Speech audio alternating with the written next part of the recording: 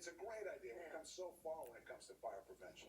Yes, Good to see. that tool might be needed looking at drought conditions. Very dry. Yes, very dry, and that is the downside of this quiet pattern is that drought conditions continue to worsen. So let's get right to the latest drought monitor that was updated yesterday, showing a moderate drought has expanded across the Hudson Valley, north and central New Jersey. It continues in the city, Suffolk County, and a severe drought for northwest New Jersey, so rain is needed. Our next round of significant rainfall could come later next week due to a potential nor'easter.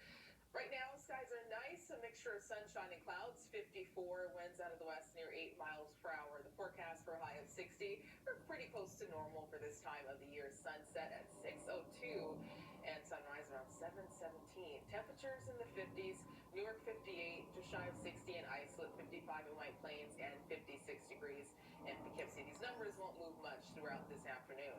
Skies are mostly clear to partly cloudy. I am watching a round of showers around upstate New York. A piece of this could try to sneak in around the Hudson Valley, the Catskills, and the Poconos throughout this afternoon. So a small chance for an isolated shower, but it should be mainly dry this evening. Our in-house model indicating a chance for an isolated light brief pocket of rainfall, not enough to cancel your outdoor plans if you're leaf peeping around the Catskills or the Hudson Valley throughout this evening. Skies are clear and more the same this weekend. A chilly start again tomorrow morning. Temperatures in the 30s and the 40s, but skies will be clear to partly cloudy, a mixture of sunshine and clouds. More the same throughout Sunday, so no major changes with similar temperatures near 57 to 58 degrees. Now I want to show you the bigger picture. High pressure, that's our main weather maker throughout this weekend and early next week. But Monday into Tuesday, we'll be watching this area of low pressure that moves off the coast of North Carolina, and that will move off to the north and to the east. So our impacts will all depend on just how close this area of low pressure will get.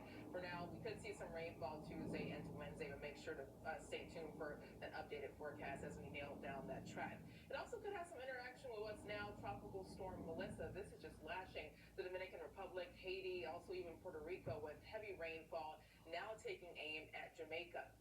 This will slowly move to the west, tapping into above normal sea surface temperatures in the Caribbean Sea, intensifying to a major Category 3, even a Category 4 hurricane Sunday into Monday. And adding to the danger, it's going to be a slow mover, bringing a multi-day period of potentially catastrophic rainfall for portions of Jamaica, Haiti, and the Dominican Republic, eventually pushing to the northeast towards Cuba later next week. A cold front should keep that away from the east coast.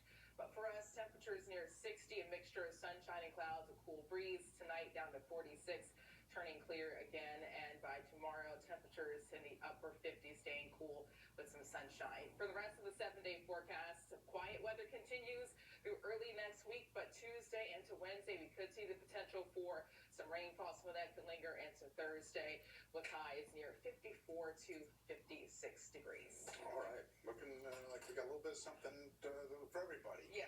Even the plants. Coming up next, from iconic ice rink to FIFA fun.